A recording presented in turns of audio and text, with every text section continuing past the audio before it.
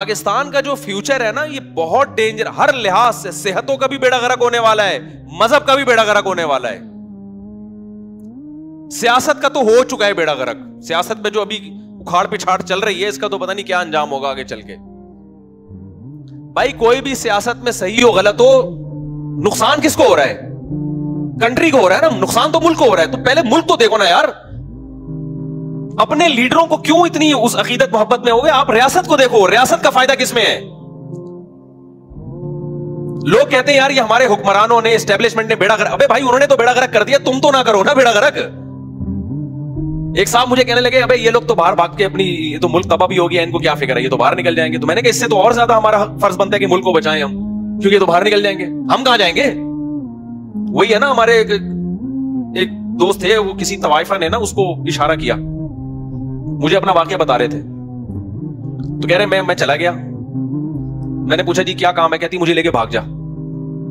کہتے میں نے کہا میں تجھے لے کے بھاگوں گا، مجھے کون لے کے بھاگے گا؟ یعنی میں تجھے اگر شیلٹر دوں گا تو مجھے کون شیلٹر دے گا؟ تو بھائی اگر ہمارے حکمران ایسے ہیں کہ یہ ملک سے بھاگ جائیں گے، پھر تو ہمارے لیے اس ملک کو بچانے کی فکر اور زیادہ ضروری ہے نا۔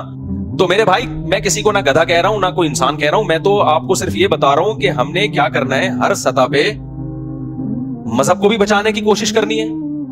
ایسے اسکالر جن کی وجہ سے لوگوں میں مذہب سے نفرت پیدا ہو رہی ہے، لوگ ایتھیسٹ ہو رہے ہیں، بعض اسکالرز کی تقریریں بڑی اٹریکٹیو ہوتی ہیں لیکن اس کا رزلٹ کیا نکل رہا ہے؟ آپ کو علماء سے نفرت، جب علماء سے نفرت تو اس کا آخر میں نتیجہ کہ آپ پھر کسی کے بھی نہیں رہتے، نہ اس اسکالر کے رہتے ہیں نہ علماء کے رہتے ہیں، کہیں کے بھی نہیں رہتے۔ آپ ایک ایسے بند گلی میں لا کے آپ کو چھوڑ دیا کہ اب آپ کے پاس نہ ادھر جانے کا راستہ نہ ادھر جانے کا راستہ۔ تو سیاسی سطح پہ بھی، صحت کے حوالے سے بھی، ہر جگہ پہ یہی کام ہو رہا ہے۔ تو آج سے نا دیکھو ایک کام کا عزم کر لو، جو میں اصل بتانا چاہ رہا تھا، آپ ایک کام کا عزم کر لو کہ جب تک کسی بھی معاملے میں مکمل تحقیق نہیں ہو جائے آپ زبان سے لفظ بولو نہیں نکالو گے۔ ہمارے حضرت کی عادت تھی نا، جب کوئی بیعت ہونے کے لیے آتا تو جو بڑے اہم گناہ ہیں جن کو سوسائٹی گناہ نہیں سمجھتی تھی، حضرت اس پہ بیعت لازمی لیتے تھے، حضرت اس پہ لازمی بیعت لیتے تھے کہ میں اس گناہ کو چھوڑوں گا۔ تو میں سوچتا ہوں کہ جب بھی کوئی میرے پاس آئے نا کہ میں مفتی صاحب توبہ کرنا چاہتا ہوں، اپنے گناہ بتا رہا ہوں، تو میرا یہ ارادہ ہے کہ میں اس سے لازمی اس پہ توبہ کرواؤں گا کہ جب تک کسی چیز کے بارے میں 100% تحقیق نہ ہو جائے لب کشائی بولو نہیں کرنی۔ یہ کہنا سیکھو کہ مجھے معلوم نہیں ہے۔ امام مالک کے پاس ایک شخص آیا، مسئلہ پوچھا اس نے، امام مالک نے کہا لا ادری، مجھے معلوم نہیں ہے اس کا جواب۔ پھر اس نے دوسرا مسئلہ پوچھا، امام مالک نے کہا اس کا جواب بھی مجھے معلوم نہیں۔ اس نے 36 سوال پوچھے، 36 کے 36 کے بارے میں امام مالک نے کیا کہا؟ مجھے اس کا جواب معلوم نہیں ہے۔ لیکن پہلے لوگوں کے ظرف بھی کیا تھے؟ بڑے تھے۔ اس نے فوراً جہالت کا فتویٰ نہیں لگا دیا کہ اب ان کو پتہ ہی نہیں ہے۔ بہت سی باتیں نہیں معلوم ہوتی انسان، لیکن وہ یہ کہنا سیکھے کہ مجھے معلوم نہیں ہے۔ ہمارے پاس دن رات کتنے مسائل آتے ہیں، میں اپنے چھوٹوں سے پوچھ رہا ہوتا ہوں یار یہ میرے ذہن میں اس کا جواب نہیں، اپنے شاگردوں سے یار ذرا بتاؤ اس کا کیا جواب ہے، تحقیق کرو اس۔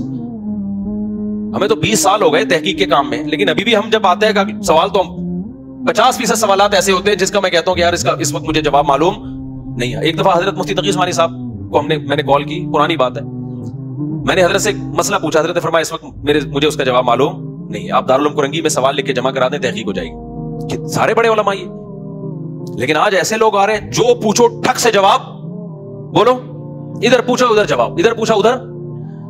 حکیم دیکھ لو، ایک حکیم کے ساتھ میرا سفر ہوا، میں جو پوچھ رہا ہوں نا صحت کی بات، اس کے پاس اس کا جواب ہے، مجھے لگا یہ پھینکو ہے۔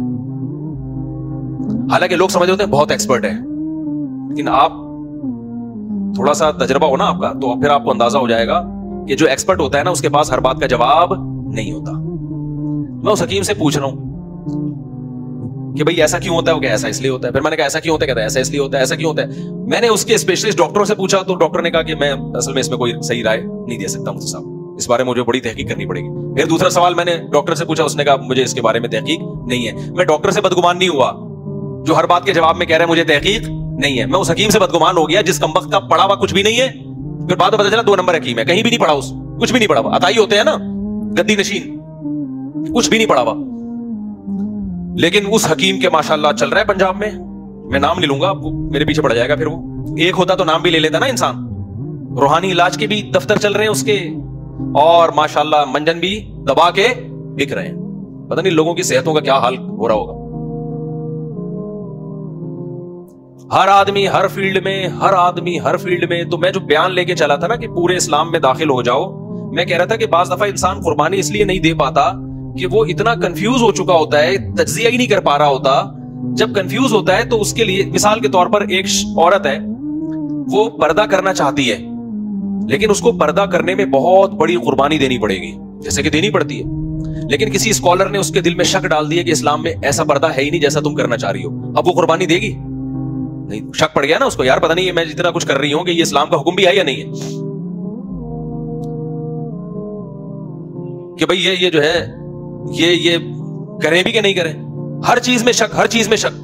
طلاقیں دینے کے بعد تو یہی ہوتا ہے, 3 طلاقیں دینے کے بعد جب فتویٰ دیا جاتا ہے نا کہ طلاقیں ہو گئی ہیں, بہت بڑی قیامت ٹوٹتی ہے میاں بیوی پہ. وہ قربانی دینے کے لیے تیار ہو جاتے ہیں کہ یار جب اللہ رسول کا حکم ہے ہم زنا نہیں کر سکتے, کہیں سے فتویٰ مل جائے گا 3 کتنی ہے 1. اب شک پیدا ہو گیا نا, اب کہتے ہیں یار یقینی حکم تو نہیں ہے یہ. ہر چیز میں کیا ہو رہا ہے, یہ اس زمانے میں نا اسلام کے ساتھ جو سب سے بڑا ظلم ہو رہا ہے وہ اس زمانے میں ان نام نہاد مذہبی اسکالرز کی وجہ سے ہو رہا ہے کہ ہر چیز کو انہوں نے کیا کر دیا, شک ڈال دیا. تراویح کا دیکھ لو, امت ہمیشہ سے 20 رکعت پڑتی ہے. یہ رمضان میں لوگ قربانیاں دیتے تھے کہ یار سنت ہے, اتنا ثواب ملتا ہے. اب اس میں کیا ہے, شک, یار پتہ نہیں 20 ہے 8 ہے جی, کوئی 13 کہہ رہا ہے, کوئی 8 کہہ رہا ہے, کوئی کچھ کہہ رہا ہے, شک پڑ گیا اس میں. پھر چلو یہاں تک بھی غنیمت تھا کہ یار پڑھ تو رہا ہے, ایک شک یہ کہ ہے بھی کہ نہیں ہے. غامدی صاحب کو سنو تو کہہ رہے ہیں تراویح سرے سے کوئی چیز, اور اتنے کانفیڈنس کے ساتھ اتنی غلط بات, کہنے سرے سے کچھ ہے ہی نہیں, ایسے بنایا ہوا ہے. اب بتاؤ کیا نتیجہ, کیا اس کا فیوچر میں رزلٹ کیا آئے گا؟ صرف وہ لوگ بچیں گے جن کا علماء سے گہرا تعلق ہے, صرف وہ بچیں گے اسلام پہ. یہ میری پیش گوئی ہے, باقی سب برباد, سب برباد. کیونکہ آگے پھر اتنی شاخیں نکلیں گی نا, اتنی شاخیں نکلیں گی, اتنی شاخیں کہ آپ کی سوچ ہے, اتنی شاخیں نکلیں گی. وہ میں نے کہا تھا نا کہ یہ خواتین جو صفا مروہ پہ دوڑتی ہیں, چلتی ہیں, دوڑتی نہیں ہیں, ایسے اسکالرز بھی پیدا ہوں گے جو کہیں گے دوڑیں, کیونکہ حدیث میں ہمیں کہیں نہیں ملتا پیغمبر کا حکم کہ نہ دوڑیں. حدیث میں تو یہ کہ جیسے میں حج کر رہا ہوں ویسے حج کرو. اگر آپ اسلاف کو فالو نہیں کریں گے نا اور ہر چیز پہ حدیث مانگیں گے تو ہمیں خواتین کے صفا مروہ پہ دوڑنے کی ممانعت پر کوئی واضح دلیل نبی سے نہیں ملتی. تو میں نے یہ پیشگوئی کی تھی, دیکھنا فیوچر میں ایسے اسکالرز پیدا ہوں گے جو کہیں گے عورت بھی وہاں پہ دوڑے گی. اور میں نے نیٹ پہ دیکھا ایسے اسکالر پیدا ہو چکے ہیں, اور وہ ہیں بھی ایسے نہیں جو مشہور نہ ہو, دنیا ان کو فالو کرتی ہے, ان کا فتویٰ آ گیا ہے کہ بھئی عورت بھی دوڑے گی, یہ رکنے, یہ آہستہ آہستہ چلے گی. یہ کہاں سے ثابت ہے؟ اور دلیل یہی دے رہے کہ حضرت ہاجرہ تو عورت تھی, وہ تو دوڑی تھی. اب اس کا مطلب کیا ہوا, یہ پوری امت اب تک کیا کھا رہی تھی, گھاس کھا رہی تھی. اس کو تو پتہ ہی نہیں تھا کہ عورت نے چلنا ہے کہ دوڑنا ہے. تو یہ آہستہ آہستہ اسلام کیا ہو رہا ہے, چینج.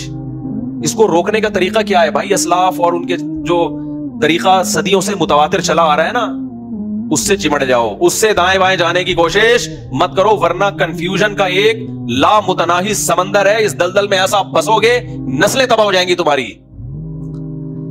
اور آپ جس اسٹیپ پہ آگے جاؤ گے نا امت کو چھوڑ کر, آپ کی اولاد اس سے 2 اسٹیپ اور آگے ہوگی, اس کی اولاد اس سے 4 اسٹیپ اور آگے ہوگی. آگے پھر بریکیں فیل ہیں.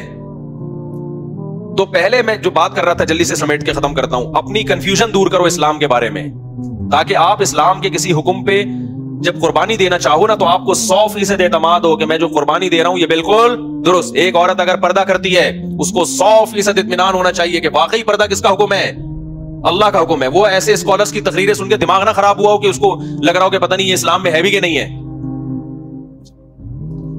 آپ اگر رمضان کا روزہ رکھ, آپ کا کل امتحان ہے اور آپ کو پتا ہے کہ روزہ رکھ کے میرے لیے تیاری کرنا بہت مشکل, لیکن آپ کو یقین ہو کہ پھر بھی روزہ مجھ پہ فرض ہے, تو آپ رکھو گے. اگر آپ نے کسی ایسے اسکالر کی تقریر سن لی کہ جو کہہ رہے ہو کہ کل آپ کا پیپر ہے تو روزہ چھوڑ سکتے ہیں, اب آپ کے لیے روزہ رکھنا مشکل کام ہو جائے گا. آپ کنفیوز ہو کے پتہ نہیں اس قربانی پہ مجھے ثواب بھی مل رہا ہے کہ نہیں مل رہا. سمجھ میں آ رہی ہے بات کہ نہیں آ رہی؟ دیکھو یوسف علیہ السلام کو عزیز مصر کی بیوی نے بند کمرے میں زنا کی دعوت دی.